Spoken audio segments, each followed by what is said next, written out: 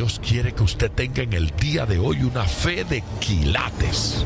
Más de 4 décadas dedicadas a la evangelización del mundo. Yo le estoy diciendo estas palabras para que usted fundamente su fe en realidades, en estas realidades eternas. Su contribución a la literatura cristiana hace evidente su compromiso con el Señor de hacer discípulos y formar ministros. La oferta del Señor a nuestras vidas es que nuestra fe crezca, que nuestra fe sea fortalecida. Escuchemos al doctor Díaz Pavón en Para que el mundo crea. Reciba la paz del Señor con mi salud. Cuánta alegría poder saludarles en el día de hoy. Así, damos comienzo a nuestro programa de hoy, Para que el mundo crea. Soy el pastor Díaz Pavón y me siento feliz de compartir con usted en el día de hoy. Hoy continuamos con el tema que comenzamos en el día de ayer. Ayer comencé a hablarles sobre el tema siempre es tiempo de fruto. Siempre es importante el fruto en el Señor. Siempre Dios espera que nosotros demos fruto. Bueno, ayer utilizamos el pasaje de la higuera, ¿recuerdan? Jesucristo acaba de hacer la entrada triunfal a Jerusalén, luego decide descender hacia Betania para pasar la noche y el próximo día van caminando y dice que Jesús tuvo hambre. Hoy ese tema del hambre de Dios me interesa. Claro, ayer estuvimos insistentes con el tema del fruto y de que Dios siempre espera algo de nosotros. La pregunta es, cuando hablamos de que Dios tiene hambre ¿de qué? ¿Qué es lo que el Señor desea? ¿Qué es lo que el Señor anhela de nosotros? Hablamos de los higos, hablamos de que la higuera no tenía higos, aunque estaba cargada de de hojas, y que de alguna forma se proyectaba como atractiva. Y aprovechamos para hablar de ese tipo de gente que se proyecta como atractivo, que se proyecta como que que hace promesa, pero que no cumple. Y no cumple porque su promesa no es real. No somos tan consagrados como decimos. No somos tan dedicados como decimos que somos. Y cuando el Señor se acerca, descubre que somos pura hoja y que no hay en nosotros higo. Dios nos libre de esa actitud y Dios nos ayude a tener fruto para Él en todo tiempo. Cerramos la ministración de ayer con un pasaje que está en el capítulo 9 del libro de Eclesiastés. Allí es donde el sabio Salomón nos aconseja: en todo tiempo sean blancos sus vestidos y nunca falte ungüento sobre su cabeza. Utilizamos ese versículo para insistir en que tenemos que estar preparados siempre. Y dije que cuando estamos preparados, cuando estamos listos, cuando le decimos al Señor, estoy disponible, el Señor va a hacer cosas en nuestras vidas que no esperábamos, cosas que no pedimos, a veces cosas que ni sabemos, pero Dios las hace. No tenemos que estar conscientes de todo lo que Dios está haciendo a nuestras espaldas, donde no vemos. Allí el Señor está haciendo provisión. Allí el Señor está supliendo y allí el Señor está bendiciendo. Bien, dejando esa base, en el día de hoy la pregunta es: ¿en qué consiste esa hambre de Dios? ¿En qué consiste esa hambre del Señor? De seguro Jesús tenía prisa cuando salía de Betania Es posible que simplemente no hubiese desayunado y que tuviese hambre física. Aprovechó la coyuntura para producir un milagro y para generar una enseñanza. Pero alejándonos del hambre física del Señor, tenemos que preguntarnos, ¿de qué tiene hambre Dios? ¿Qué le apetece? ¿Qué quiere Dios de nosotros? ¿Qué desea el Señor de nosotros? ¿Qué podemos dar? ¿Qué podemos ofrecer nosotros al Señor? Y eso nos lleva al capítulo 4 del mismo Evangelio. Estamos todavía en el Evangelio de Juan. En el capítulo 4 ocurre, recuerdan, la conversión de la mujer samaritana, la ministración de Jesús a una samaritana que estaba en el pozo. En ese contexto, capítulo 4 de Juan, llegamos al versículo 34. Yo quiero leerles realmente los dos versículos, 34 y 35. Jesús les dijo, mi comida es que haga la voluntad del que me envió y que acabe su obra. ¿No decís vosotros aún faltan 4 meses para que llegue la siega? He aquí os digo, alzad vuestros ojos y mirad los campos, porque ya están blancos para la siega.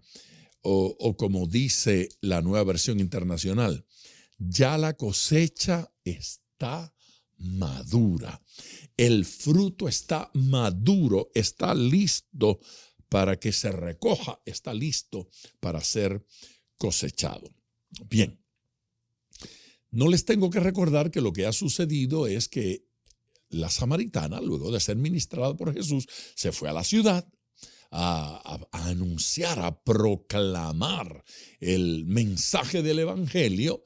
Allá conquistó un poco de gente que vinieron en tropel a ver a Jesús, a conocer al que le había ministrado a ella y a descubrir que ya no era por lo que ella decía, sino que ellos habrían de descubrir a Cristo, porque conocer al Señor no es asunto de referencia, es asunto de conocerle personalmente. Y así es que esta gente va a conocer al Señor personalmente. En tanto que eso ocurre, los discípulos están de regreso.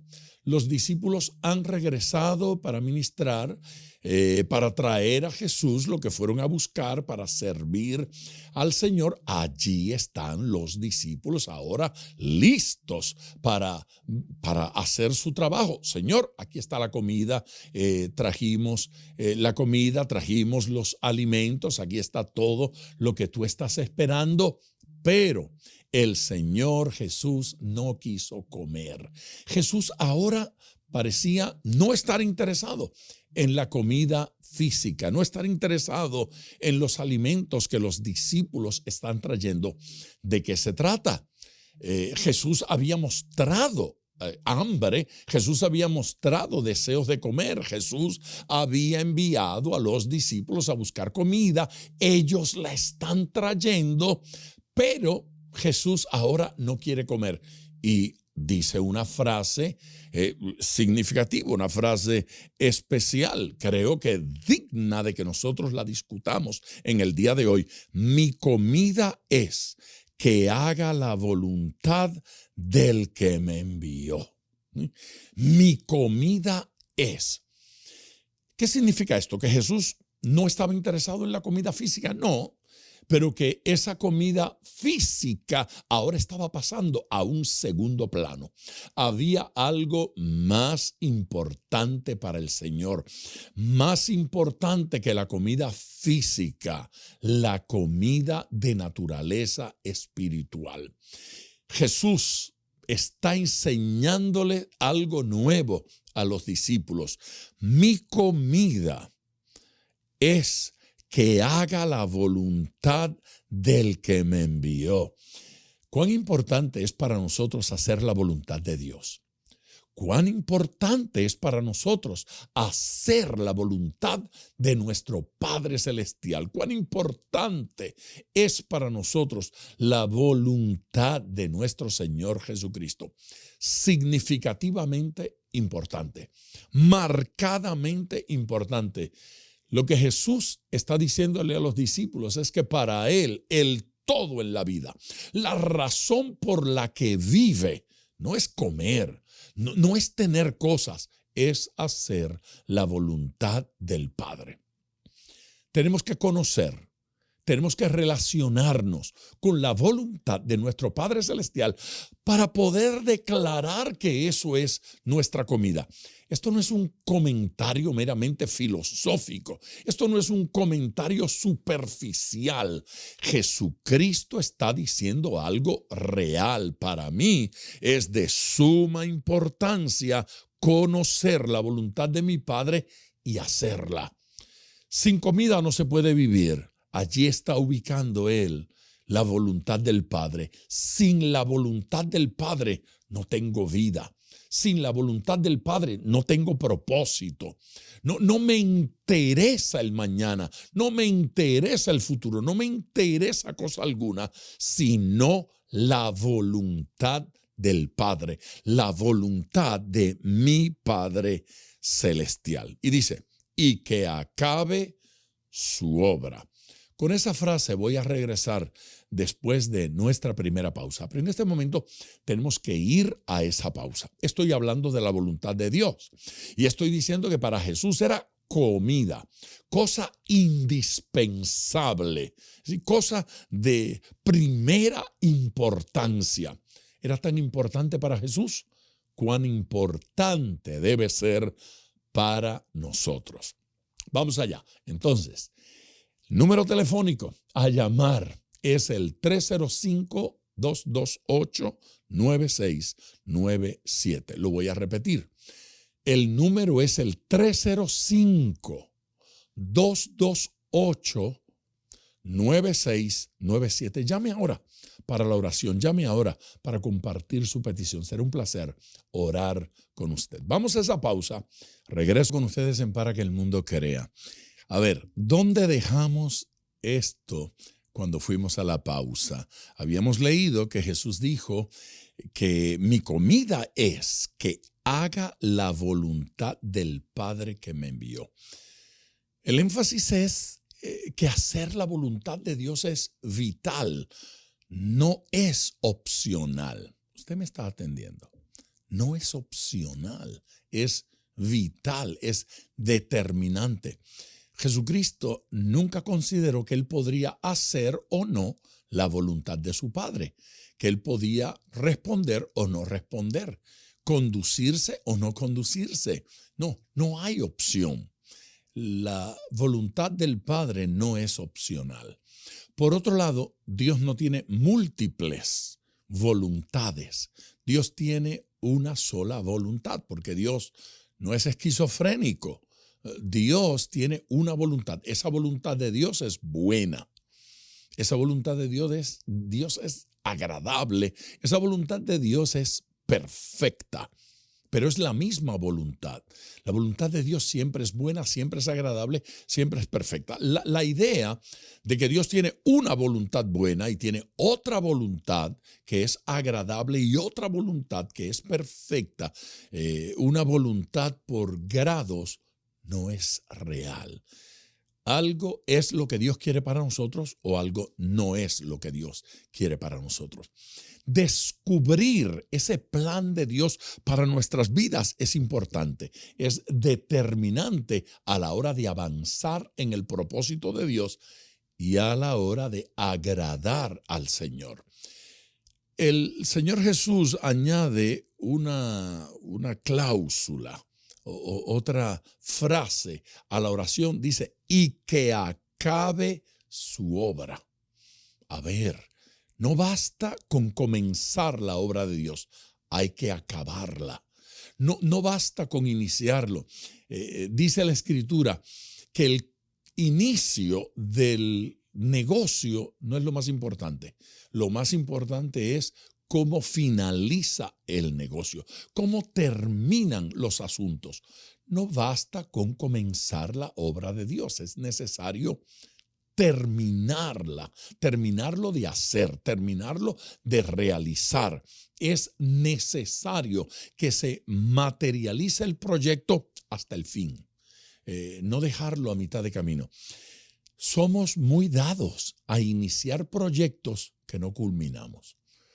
Somos muy dados a iniciar proyectos que dejamos a mitad de camino.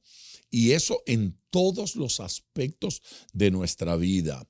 La mayoría, dije la mayoría, no dije todos, pero la mayoría de los divorcios son simplemente proyectos que no culminamos. En algún momento, cuando el proyecto se torna pesado, difícil, lo abandonamos. Por eso la gente se divorcia. Por eso abandonan negocios, empresas, proyectos en desarrollo, porque llega el momento, llega el punto donde el negocio se torna duro. ¿Se imagina usted lo que hubiese sucedido con Jesucristo si en el momento en que la voluntad de Dios para con él se tornó dura, difícil, pesada, Jesús hubiese decidido abandonarlo y decir, no, esto no es para mí, esto está muy difícil? Entonces, ni usted ni yo seríamos salvos. La iglesia no existiría porque Jesucristo habría abandonado el proyecto del Padre. Pero no fue eso lo que hizo, sino que dice que culminó. Yo voy a comer la voluntad de Dios y voy a terminar su obra. Luego el versículo sigue diciendo, ¿no decís vosotros, aún faltan 4 meses para que llegue la siega? He aquí os digo, alzad vuestros ojos y mirad los campos, porque ya están blancos para la siega. Y dije que la Nueva Versión Internacional allí dice, ya la cosecha está madura, ya la cosecha está lista para ser recogida. Importante detalle aquí, muy importante. Jesucristo está diciendo, todo está listo, tenemos ya que cosechar, pero ustedes, nos dice a nosotros, y en este caso a los discípulos directamente, tienen un problema de visión. Cuando ustedes miran los campos, ustedes dicen, falta todavía para la cosecha, faltan 4 meses. Es decir, la bendición viene en camino, pero no ha llegado. Falta algún tiempo para hacer. La gente proyecta algún día más adelante, yo voy a hacer lo que Dios quiere, cuando me retire, cuando tenga más tiempo, yo me voy a dedicar a lo que el Señor quiere. Eso no es lo que dice aquí. El Señor dice, levanten los ojos y miren. Como si les dijera, miren con los ojos espirituales. Usted no debe olvidar que esta mujer había salido a buscar al pueblo, a proclamar al pueblo, y que ese pueblo viene en camino. Algunos suponen que Jesús no estaba diciendo simplemente, miren la plantación, miren los campos, miren la vegetación, que de alguna forma está viendo otro tipo de cosecha. Gente que viene a conocerle, gente que viene a experimentarle. Es evidente el tono espiritual de este pasaje. Jesús no simplemente está compartiendo principios de agricultura, porque eso no era lo más importante para él. Más bien los utilizaba para comunicar un principio espiritual. En el próximo versículo, en el versículo 36, utiliza una frase, recoge fruto para vida eterna. ¿Se da cuenta que no está hablando simplemente de higos? No está hablando simplemente de uvas, no está hablando simplemente de vegetales. Está hablando de gente. Jesús está hablando de gente. Recoge fruto para vida eterna. Esa expresión para vida eterna dice que hacer la voluntad de Dios aquí, ahora, en la tierra, tiene unas implicaciones de eternidad y que el fruto que Dios quiere que recojamos es un fruto de eternidad. Por lo tanto, no estamos hablando simplemente de diezmos y ofrendas. No estamos hablando simplemente de construir edificios. Yo no dije que eso es malo. Tal vez es muy importante para la vida de una iglesia construir un edificio, una estructura apropiada para ellos operar allí. Pero lo más importante para Dios, lo más importante para el Señor son los corazones, son las personas, la gente. A la hora de fundar una iglesia, lo importante no es dónde va a estar el edificio, lo importante es dónde está la gente. Lo importante no es cómo lo vamos a decorar, de qué color lo vamos a pintar. Eso no es lo importante. Lo más importante es dónde está la gente, cómo las vamos a alcanzar para el Señor.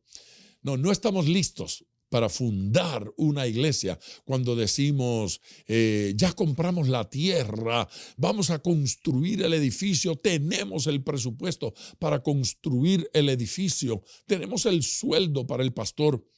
Yo no dije que eso no es importante, yo estoy diciendo que lo más importante es gente.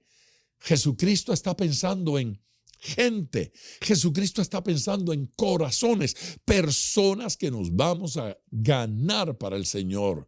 Ese es el fruto que dura, ¿sí? Ese es el fruto que es para vida eterna. ¿Qué fruto busca Dios en nosotros? ¿Cuál es el fruto que el Señor quiere que demos? Podemos hablar de tantas cosas que son buenas. Podemos hablar de alabanza, podemos hablar de ayuno, podemos hablar de oración, podemos hablar de vida santa, y todo eso es importantísimo para Dios. Pero créame, ocupa un lugar de suma importancia que ganemos gente, que ganemos vidas para el Señor. Todo hijo de Dios ha sido llamado a dar fruto. Voy a abundar en eso al regresar de esta nuestra próxima pausa. Vamos a ella y regreso con ustedes en breve. De regreso con ustedes, ya en la parte final de nuestro programa. Estamos trabajando con esto del hambre de Dios y viendo en estos versículos que esa hambre de Dios es por almas, por vidas que se convierten. Fruto espiritual. El versículo decía, recoge fruto para vida eterna. A ver, la idea que comunica es que aquello que hagamos para Dios debemos garantizar que tenga un impacto de eternidad. Dios quiere que tenga un impacto de eternidad. No es solo para la tierra, no es solo para aquí. Si aquello con lo que servimos al Señor, si aquello que hacemos para Dios solo sirve para la tierra, de seguro no estamos realizando para Dios la mejor labor. No hay mejor labor que aquella de conducir vidas a los pies de Jesucristo. Jesucristo no vino a este mundo para otra cosa que no fuera para salvarnos. La salvación de nuestras vidas, el perdón de nuestros pecados, prepararnos para la eternidad es el principal trabajo que nuestro Señor Jesucristo realizó. Es a lo que vino. Vino para traer perdón, vino para que naciéramos de nuevo, vino para salvarnos. Y entonces, si ese era el trabajo que Jesús estaba haciendo para su Padre, ¿cuál es el trabajo que nosotros vamos a hacer para Él? no es otro sino el de asistirlo, acompañarlo, realizar la misma labor. Jesucristo nos enseñó al principio: mi Padre hasta ahora trabaja y yo trabajo, dijo Jesús. Las obras que veo hacer al Padre, esas son las que hago. Otra vez, Jesús hablando. Tenemos que aprender de Él. Si mi Padre trabaja y mi Señor trabaja, entonces yo tengo que trabajar. Y si lo que Jesús veía al Padre hacer, eso Él hacía, lo que nosotros vemos a Jesús hacer es lo que debemos hacer. No es algo que debemos inventar, no es algo que nosotros debemos crear, es aquello que le debemos hacer a Él. Dios no espera que nosotros seamos originales. Dios no espera que nosotros creemos o diseñemos alguna forma nueva de servirle. Dios quiere que nosotros le imitemos. Dios quiere que nosotros repitamos lo que Él hace. Simplemente lo imitemos a Él. En el Evangelio según Lucas, en el capítulo 10 y versículo número 2, leemos: y les decía, la mies a la verdad es mucha, mas los obreros pocos. Por tanto, rogad al Señor de la mies que envíe obreros a su mies. Inmediatamente, eso fue el versículo 2. Inmediatamente el versículo 3 dice: id, he aquí yo os envío. Qué interesante, ¿no es cierto? En el versículo 2 está diciendo: rogad al Señor de la mies que envíe obreros a su mies. Pero en el versículo 3 entonces dice: id, vayan ustedes, yo os envío. Así es que al mismo a quien Dios le siembra la responsabilidad de clamar para que Dios envíe obreros a la mies, a esos mismos los envía. Cuando estamos anhelando que Dios envíe obreros, cuando estamos anhelando que Dios use gente para la salvación de vidas, sepa que nos convertimos en los candidatos para ser usados por el Señor. Lo primero que Dios va a colocar en el corazón del hombre, de la mujer, del siervo, la sierva del Señor, es deseo porque las almas se salven. Deseo porque vidas sean transformadas, porque personas sean alcanzados por Él. Y cuando eso ocurre en nuestros corazones, va a llegar la voz de Dios que dice: id. Primero dice rogad y luego dice id. ¿Se da cuenta que el proceso comienza con querer, con anhelar, con desear? Que la próxima etapa es el ruego, la oración, el clamor, y que finalmente entonces Él nos envía. Por lo tanto, tenemos que obedecer, tenemos que responder. Doquiera va a haber un avivamiento, un mover del Señor. Lo primero que sucede es que la gente comienza a anhelarlo. Es necesario primero anhelar que gente sea salva, orar, pedirlos, clamar, rogar por ellos antes de que se conviertan. La acción de la evangelización, la acción evangelística, el mover de Dios para la salvación de vidas, comienza con clamor. Aquella gente que va a ser usada por Dios, primero quiere, primero anhela, primero desea, ruega, intercede delante de Dios. Por lo tanto, no es raro, no es impropio ni incorrecto decir que lo primero que Dios va a hacer con nosotros es sembrar en nuestros corazones amor por las almas.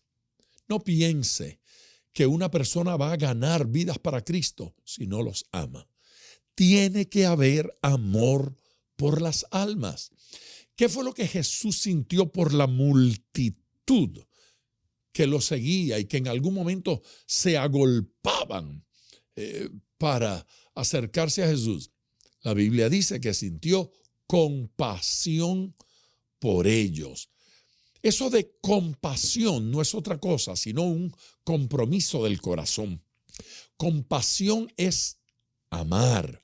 Compasión es tener misericordia. Compasión es identificarse con la necesidad de esa gente.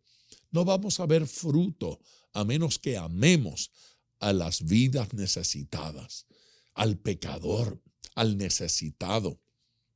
Fíjese que el Señor Jesús explica este asunto de la compasión y las vidas necesitadas. Él lo explica así. Dice que estaban desorientadas, ¿sí? Como ovejas que no tienen pastor. La oveja que no tiene pastor se desorienta, está perdida, porque la oveja no tiene sentido de dirección, la oveja no regresa al lugar donde comió ayer. Hay otros animales que sí, pero la oveja no tiene esa orientación, se desorienta y va en cualquier dirección. Requiere y necesita del pastor para orientarse. Cuando no hay pastor, la oveja está perdida, desorientada, como oveja que no tienen pastor. Ahora bien, ¿se dio cuenta que a quien llamó oveja sin pastor fue a los pecadores? ¿Se da cuenta que a quien llamó oveja sin pastor fue a los inconversos, a los que no tenían a Cristo? Es importante porque los cristianos son llamados ovejas. Y aquí los pecadores también son llamados ovejas. Así es que en esencia no hay ninguna diferencia. Tanto los pecadores como los cristianos en estos pasajes han sido llamados ovejas. ¿Y cuál es la diferencia? Pues que el creyente es uno que encontró a su pastor. El creyente es uno que ya tiene pastor, que ya conoció a su Señor, que ya abrazó a su Señor. El inconverso es una oveja que no ha encontrado a su pastor, por lo tanto, está desorientada.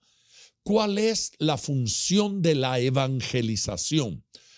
No es enseñarle la religión, no es enseñarle dónde queda nuestro templo, es mostrarle quién es el pastor, quién es el Señor. Nuestra tarea evangelística consiste en decirle a esa oveja desorientada, aquí está el buen pastor, venga y conózcalo. En eso consiste la evangelización. Se me acaba el tiempo, tengo que ir a la última pausa y regreso en tiempo de oración. Pero quiero recordarles que puede llamar para oración. Llame al 305-228-9697. Lo repito, 305-228-9697. Vamos allá. Regreso. Tiempo de oración. Debemos interceder por todas las peticiones que nos han llegado. Si usted todavía no se ha comunicado, si no ha llamado para compartir su petición, le pido, le ruego que lo haga ahora mismo. El número es el 305-228-9697. Repito, 305-228-9697. Por favor, llame y comparta su petición, su necesidad. También puede hacerlo a través de las redes sociales, si allí está. Los que están en YouTube, por favor, comuníquense ahora mismo. Háganos saber que en efecto está participando del programa. Escríbanos, envíenos su petición y oramos.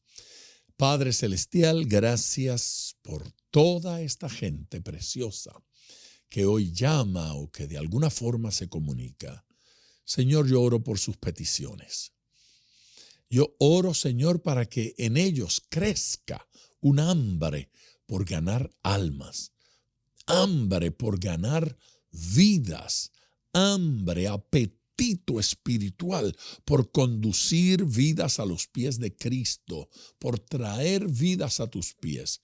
Señor Jesús, que la salvación de las almas sea lo más importante para cada uno de nosotros, que la salvación de las almas se convierta en algo tan significativo e importante para cada uno de estos tus hijos, que como en Cristo hubo ese apetito, lo haya en nosotros también. En el nombre de Jesús.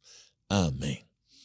Bueno, gracias por acompañarnos, gracias por su amor, gracias por su atención. No olvide, mañana vamos a estar aquí y ya mañana vamos a culminar con el tema que hemos estado. Gracias por sintonizar Para que el mundo crea con el Dr. Díaz Pavón. Nuestro ministerio desea brindarle acceso a este programa descargando gratuitamente la aplicación DPM Radio. Para oración, comuníquenos su necesidad llamando al 305-228-9697. 305-228-9697 o en las redes Facebook e Instagram bajo Díaz Pavón Ministries.